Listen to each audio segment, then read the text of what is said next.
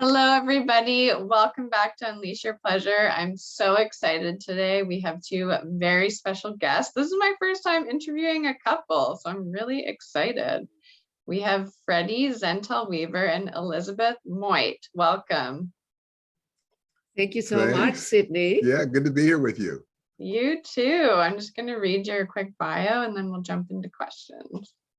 So, Dr. Elsbeth Moit and Freddy Zental-Weaver have assisted thousands of couples and singles to create lasting intimacy and fulfillment in their life and relationships. They are featured on Showtime's documentary series Sexual Healing and the Emmy Award-winning NBC show Starting Over. Best-selling authors of Sexual Enlightenment, endorsed by world-renowned spiritual pioneer Dr. Michael Beckwith, and the co-founders of Tantra Nova Institute in Chicago. They got nominated as Changemaker at the White House-sponsored 2016 United States of Women Summit in Washington, D.C. Elsbeth and Freddy Zental are beloveds, husband and wife, as well as business partners residing in Chicago. Hey. Thank you. Thank you.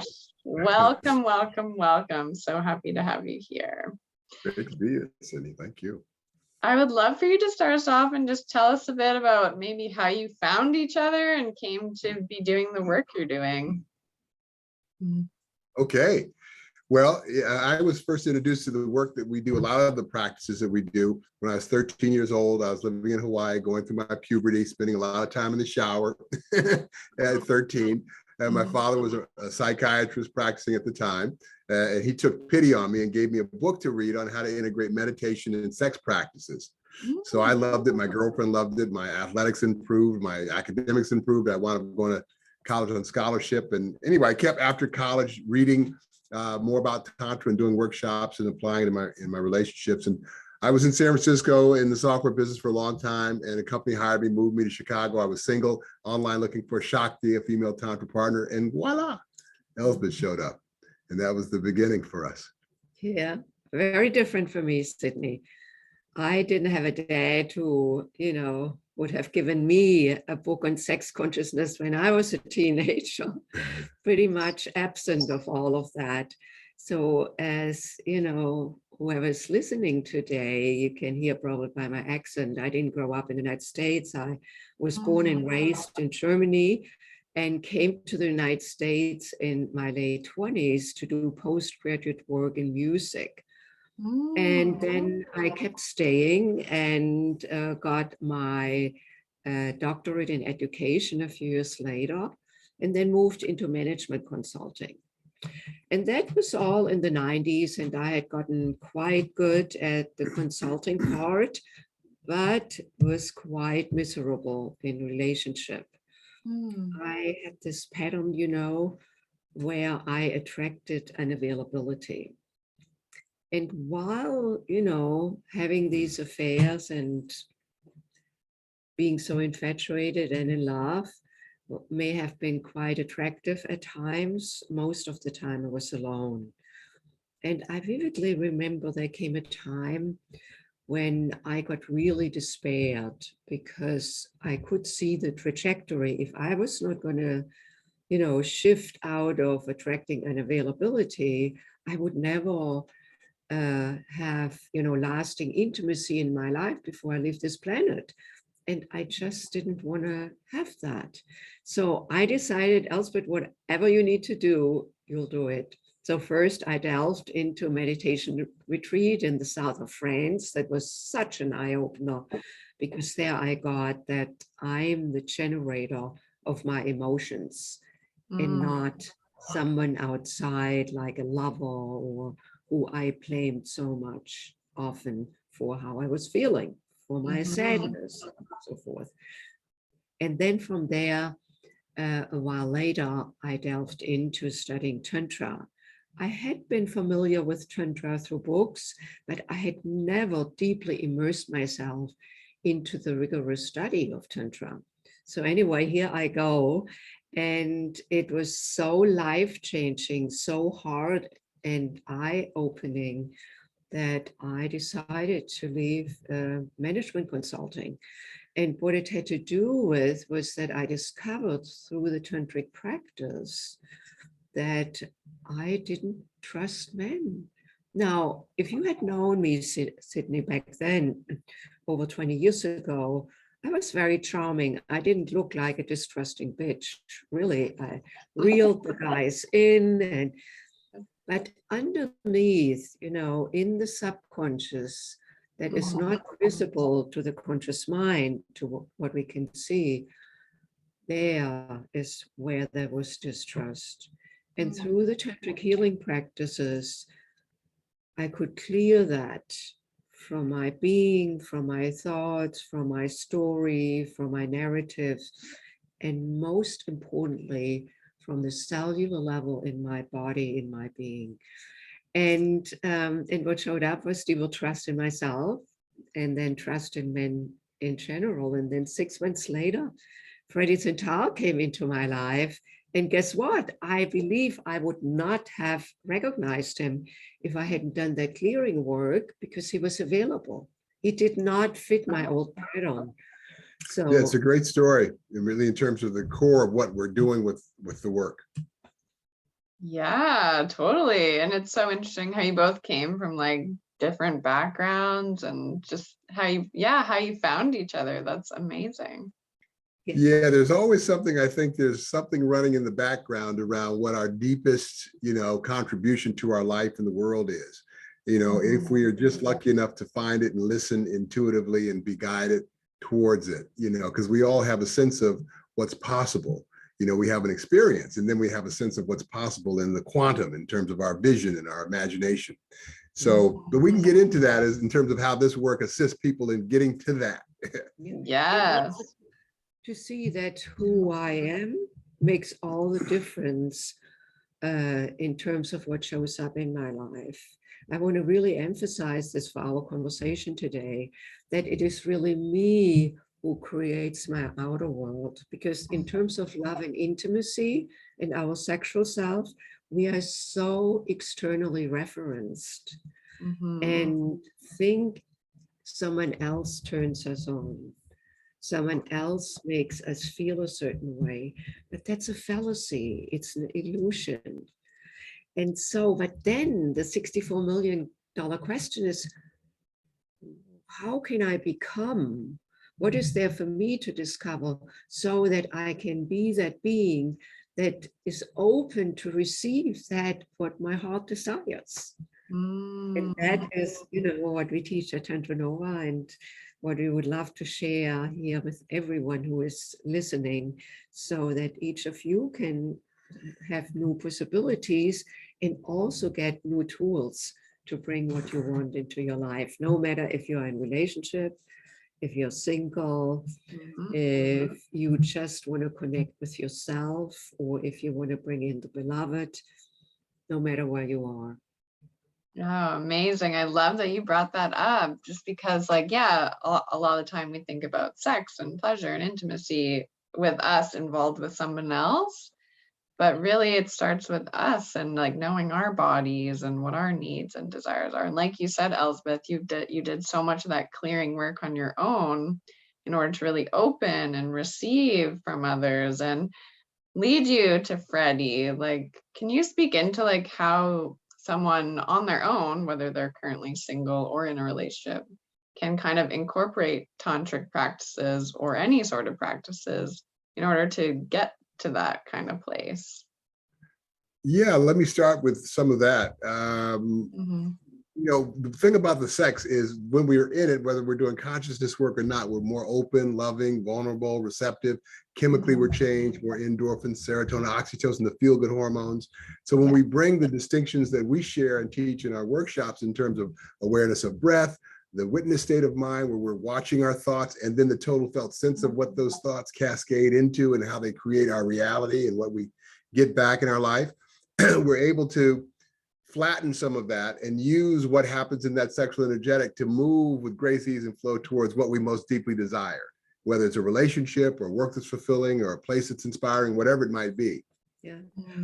Also, let me build a little bit on that, because when Freddy speaks about sexual energy, let's distinguish sexual energy, because in our culture we don't distinguish sexual energy. It's just you either have sex or you don't. You know, it's like it's black and white. But sexual energy is life force energy that has brought us into this world. We wouldn't be sitting here and talking together if it hadn't been for that energy. So the question is, how can we become more aware of this life force, life-giving sexual energy that can show up in subtle stages, like right now we speak, the sexual energy is not aroused, and then of course to very high stages where it can come to a climax also. It's that intimate vulnerability that happens in the sexual. When you bring consciousness to the sexual, what starts to show up in areas that seem completely unrelated to sex are creativity and pleasure, which is the kernel of that sexual energy.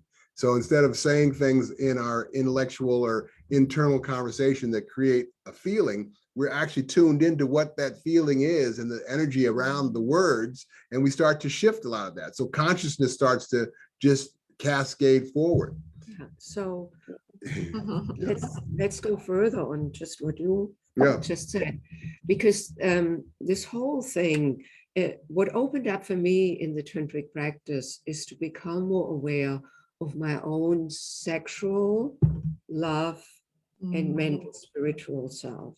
Like these three anchors of body and the sexual, the love and the emotional, and the mental and the spiritual or the conscious self, that most of us are compartmentalized and we are not integrated in these three dimensions. It's not to anyone's fault. It's just when we grow up, we try to cope and then we put things into certain drawers so that we don't have to feel them or can cope with them. So the tantric work really, and even in our book, we start right out with that in our book, Sexual Enlightenment, that to distinguish sexual energy in terms of, you know, coming into that world with that energy. So on one hand, we are connected to that energy on a default level, like to procreate. Nobody learns how to procreate. You know, like it's like with animals, it's an impulse, it's an instinct. So there is an inner awareness, let's say a physical, somatic awareness in each of us, that when, you know, the heat is on, when we get aroused, when we get horny, it just starts moving, just like looking at how the pelvis starts moving. Nobody learns how to move the pelvis during sex. It's an innate reflex. So that's the unconscious part, in the sense of it's built in. We can do it without being conscious. We can procreate without being conscious. That is our animal part. And there's nothing good or bad about it. It's just built into our nervous system. Then the other dimension we don't learn about is, given that we have a conscious mind as humans, unlike animals, that assists us or has us be self-reflective. So I can reflect upon myself, like I can watch my emotions. I'm not just at the effect of my emotions if I choose to. I can watch my thoughts, you know, if I want. Totally being them. Right. And I can learn to watch my sexual self, including being present to the way I feel or don't feel, to the way I get aroused, or, you know, and through that becoming aware of that sexual self in that way, we can start to guide and channel that wonderful life or sexual energy that we can use for procreation. We can use it for self-pleasuring. We can use it for, you know, mutual pleasuring. And just a general awareness. There's one more.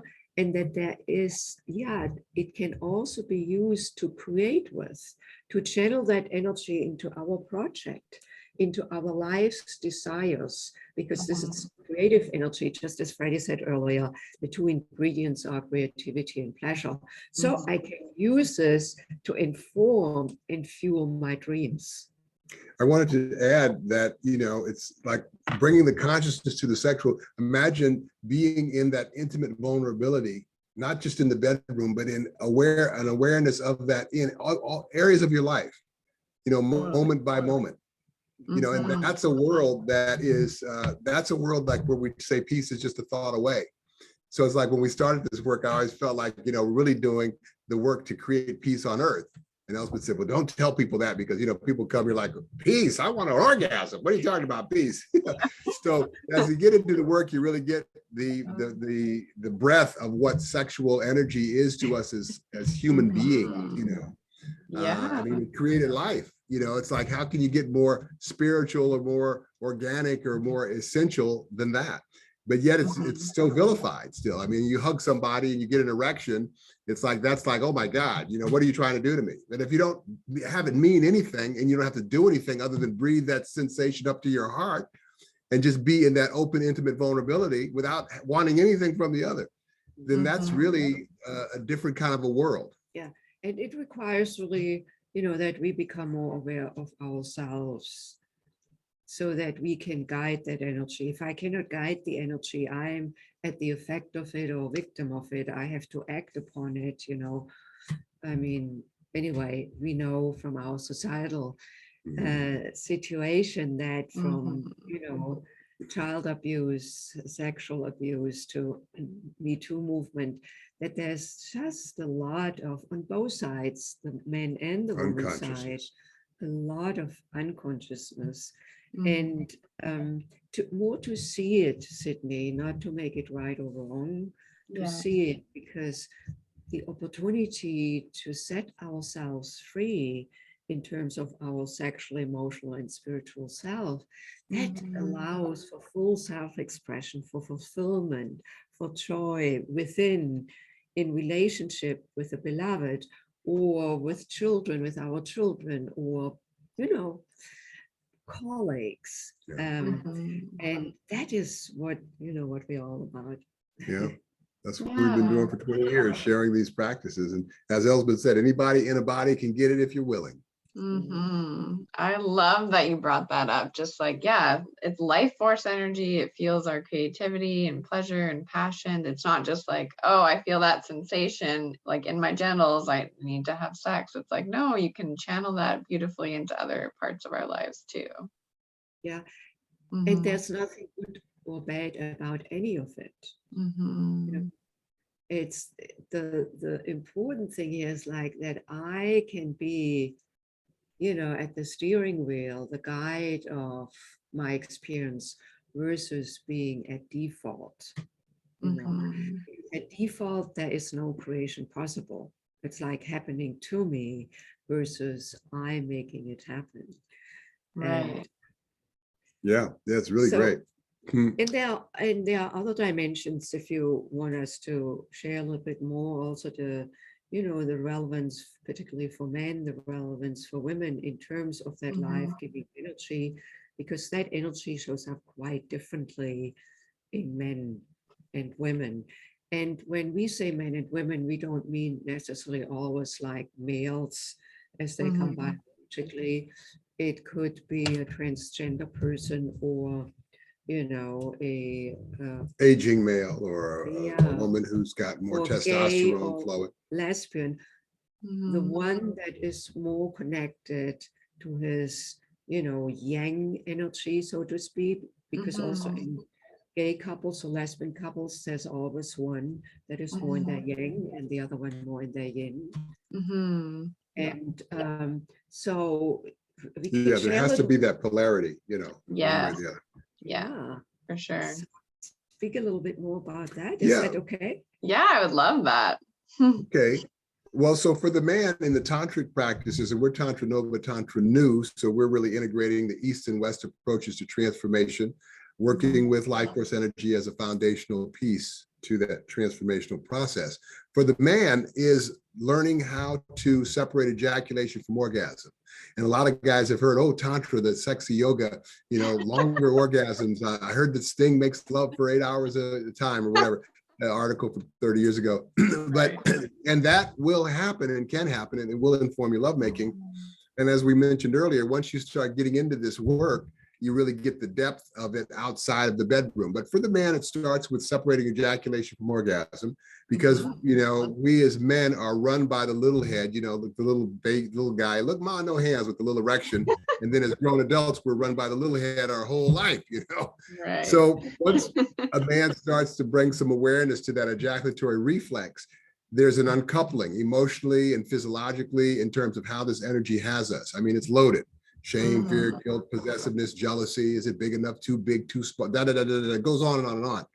So once we get all of that, we can start to get a little distance and then start to use this energy in a new way to enliven and to, to stimulate our life in a way that is outside the bedroom and also inside the bedroom. So that's where it starts for the man. And for the woman, it's a little different. Yeah, and what it opens also up for the man is that he learns to connect his sex with his heart. Yeah. Because most men, when they want to connect with a partner, they start feeling, or the one who is more in their masculine and their yang energy, they start feeling it in their sexual center. Most women, or the one who is more in their feminine energy, they start feeling it in their heart center. So we both have the intention to connect. We want to connect. He starts feeling it in his sexual center. I start feeling it in my heart center. So we are looking for the same, yet from different loci, Yeah. So in the tantric practice, the man learns, I mean, women too, but for this example, the man learns to breathe up that wonderful, like when he feels it in his sex, to breathe it up into his heart, and it can become very visceral. What is Visceral. Visceral. So into his heart, once he's connected in his heart, can you sit up a little bit more? Yeah, okay. So they can see. Oh, you want me to stand up? No. So from his heart to my heart, when I feel his heart opening, my heart opens. And when my heart opens, my sexual center opens. So it goes down into the sexual center and then back into his sexual center. And then we have a circuit that goes around like this. And that is where we become connected. We are in flow together. And that's not something that guys learn to do. I mean, we learn that, you have erection, be a man, and you're a man, and she wants it, and all of that stuff is what men learn. So once we start to integrate that masculine, feminine, yin yang with bringing it up to our heart, meeting her at her heart, then the energy can play and dance and meet however it chooses to. Yeah, and it really, that is, what I said earlier, for the man to open his heart, because loving, creating love, being connected in love, first and foremost with oneself, happens in the heart center, as in terms of frequency, and the beauty of integrating the heart with the sexual, where they start communicating, and where he can be in his flow. And actually, it's quite desirable for women when a man can do that. It's very attractive, because then he can be truly there and present, instead of being more focused on his own, gratification. It can appear for women, I think, when a man, starts with the erection, it just appears as just lust, selfish love, even though he may be as loving and into you as he could ever be. So for a lot of men, it's a blindness, So once they learn this process, then they start to get a deeper expression of their emotional, physical love and what's possible. Yeah. And of course, there is much more in it also for the man, which is then he can experience multiple orgasms, whole body orgasms. It's a practice. It doesn't come naturally. So the man has to apply himself to learning what it means to what Freddy called separating ejaculation from orgasm. Ejaculation is a reflex in the pelvic floor muscles. When a man learns to master those muscles, then he can breathe up the orgasmic energy, the nectar, into his heart, even into his third eye, and, circulate it. He can also then move it to his beloved and circulate it with her, or if it's a male, with his male partner. So you can probably already get a sense, a taste of that this could embellish the whole physical, emotional, and then, of course, spiritual connection between two people. Yes. Oh my gosh, my heart feels so fuzzy after just listening to all that, because I think there's a lot of fear sometimes for women that they're like, oh, I'm having sex with this man, but I'm afraid that his heart may not be in it, especially maybe at the beginning. So it's beautiful that you teach people to, like, yeah, how to bring it up and open and just create that beautiful, like, flow and synchronicity. And Sydney, the thing too is that you could maybe, because you're in the dating world, you might meet someone and you guys really hit it off and everything smells right, looks right, feels right, and you both decide at the second date or whatever to have sex, and you have sex, and you don't know if it's going to go on to get married and kids, and it might not be anything more than the complete absolute commitment in your hearts in that moment. And that's totally fine as long as it's clear. Yet we get so lost in what could be, should be, the way it's supposed to be, as opposed to this innate energy that is just so wonderful that we can be so open and so loving, that we can dance with it. And so this is the opportunity. Yeah, that's so beautiful. I just love this so much. I want to do all the Tantra work now. Yeah, Let me just to complete this a little bit from the feminine side, because male sexual energy rises quickly, gets easily excited and drops quickly. Feminine sexual energy rises slowly. We don't know if it's coming or going. However, when it's reawakened, it can come up to a plateau and then stay on that plateau for a long time. Yes. So what often happens is this: the man comes and goes, literally, and figuratively. she hangs out here. I'm quite familiar with this from the early dating times when I came to this country. It was quite frustrating, and I did not know what I know now at that time. Because if I had known then what I know now, I would have started training the guys. But anyway, because once you experience the tantric men, most women don't want to go back to someone who is not aware in that realm. So for women, it's not about sustaining the energy. It's about awakening, reawakening the energy. It's based, our energy is based in estrogen, which we call the slow hormone. And so that energy calls for reawakening, because once it's reawakened, it can really go on and on for half an hour, for an hour, So, and in the reawakening, what's called for is to let go. Here's the word again, to trust. And that is something for us women that most of us don't, because that can be scary. We don't want to be disappointed. We don't want to be hurt. We are afraid of opening up. And so it's essential that we create relationship where we can cultivate trust before we jump into the bed. And to be very clear, for us as women, what we want and what we don't want. And not to sell out just for perhaps a pleasure evening. So, because while that may be great, but if the trust, hasn't been built, and trust always calls for opening, for being vulnerable, and it goes both ways, So, it's a very particular practice we guide, the students who come to work with us, no matter if they come as a couple or as a single. When singles come, they pair up with another single. They have, before they come to this practice I'm going to talk about, they have done foundational work. So they are very familiar with the foundations in the before we go to aroused sexual energy. However, when we go to that beautiful ritual that is called Yoni Ritual, Yoni means the sexual center of a woman, which is the sacred space of a woman. And this ritual allows the woman to receive and to move through any discomfort while the giver, that could be her partner or a practice partner, while that partner, that giver, is totally dedicated to giving, not for their own gratification, not for themselves.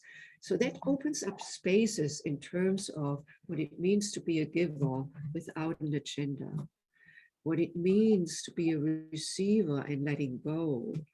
And that was really the pivotal moment in my tantric opening, that very ritual where I could let go. And there was a practice partner for me there, because Freddy was not in my life yet, that was there for me, totally for me.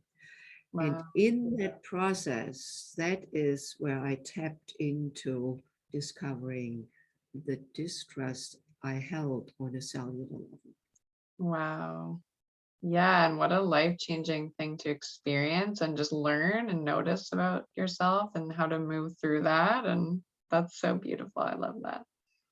It altered literally my life. Yeah. And that prepared me for being open to receiving Freddy, to meet him too. I was ready then. I wanted to say that this particular ritual that we teach as a foundation in the workshops is not in place of your mutual lovemaking. It gives the receiver, the giver, and you both have opportunities to do both, a chance to be in their sexual energy in a new way, in a new dimension. Because usually either it's self-love, or you're with a partner and you're giving and receiving, as opposed to being given to and being in your energy and that intimate vulnerability. And there's specific intentions that we teach and body work and so on. So it's really like a sexual meditation, but it's not mutual lovemaking. So it's a way to be in that energy in a new dimension. Yeah. And once you know, if it's anywhere, it's everywhere, so once it's like it just starts to become part of how you continue to expand your experience in that energetic realm. Yeah. Just imagine, Sydney, to be in the state of receivership for an hour or two. Wow. Which can be also very revealing and unmasking. So we want to create, an environment where trust can be cultivated and where both committed to the purpose of that ritual.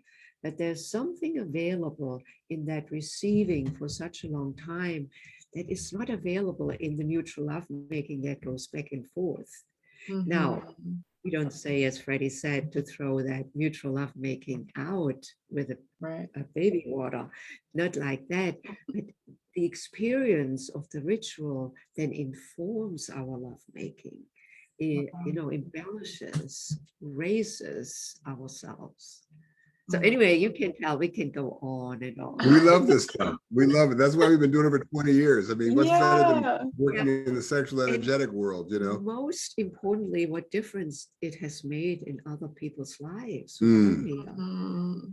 Single women, single men, gay men, lesbian women, couples of all stripes, that it really makes a huge shift in their life, and they come out differently, they rekindle their, love connection.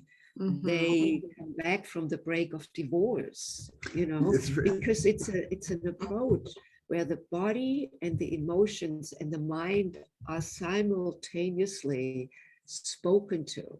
It's not just like talk therapy, which has its place, but it still goes through the mind. Sorry, no. I want to say, I'm excited to share that, some people use plant medicine to get to see something that they didn't see about creating something in their life, therapy, but very few people know of how to work with the sexual energetic to unmask that abyss that is in the background running, that's creating a lot of what we're creating in our life, Yeah. from old story and so on. So in that intimate vulnerability, again, the chemical changes, the emotional changes, coupled with the witness, working with life force of sexual energy that opens all that up anyway, with intention, we start to get closer to the kernel of what's in the way of us allowing in what we most deeply desire.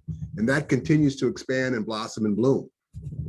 Oh my gosh, I'm feeling like so captivated by this right now. And it sounds like Tantra is like healing in all areas of your life, healing and expansion and pleasure. It just like, this has just really opened up to my eyes to like what's possible for people. And I just love the work you do. I'm so grateful for all that magic you're bringing into the world through just like everything you do together. So thank you so much for that. Thank you, Sydney, for your platform. Thank you and your work. Yeah, I want to keep going, but we're out of time. I have like so many more questions for you. And so what about, Sydney, if we also share with the audience the Mhm. gift we have for them? Yes, I would love for you to share what that is. Yeah, because it directly builds on what we opened up in the conversation today. The gift is a workshop, an introductory workshop called Ignite Your Relationship. May be ignite the relationship with yourself or with the beloved, where we actually teach further, some of the practices that we only mentioned, but like, how do you channel energy? There's a practice in that workshop you will get as a gift, where you can start cultivating moving subtle life force energy. That's the first step, because if I cannot move my subtle energy, I cannot move my aroused energy. So that is where it all starts. And then we talk further about these rituals also in much more explicit or concrete terms. So this is really information packed, that workshop. So if you like to go further from this conversation, this workshop will be a great next step. We'll Oh see you my there. gosh. Yes, everyone jump on this free gift. It sounds amazing. I know I'm going to. So, well, thank you, Freddie and Elsbeth, so much for your time today. I feel so grateful to have met you and have you on the show, learn about all the magic you're creating in the world. Thank you so much for being here. Thank you. Thanks, Thank Sydney. you. And thank you to the audience. Once again, this show wouldn't be what it is without you. I'm so grateful you're here. And I look forward to you seeing the next interview on how to help you unleash your pleasure. Bye for now.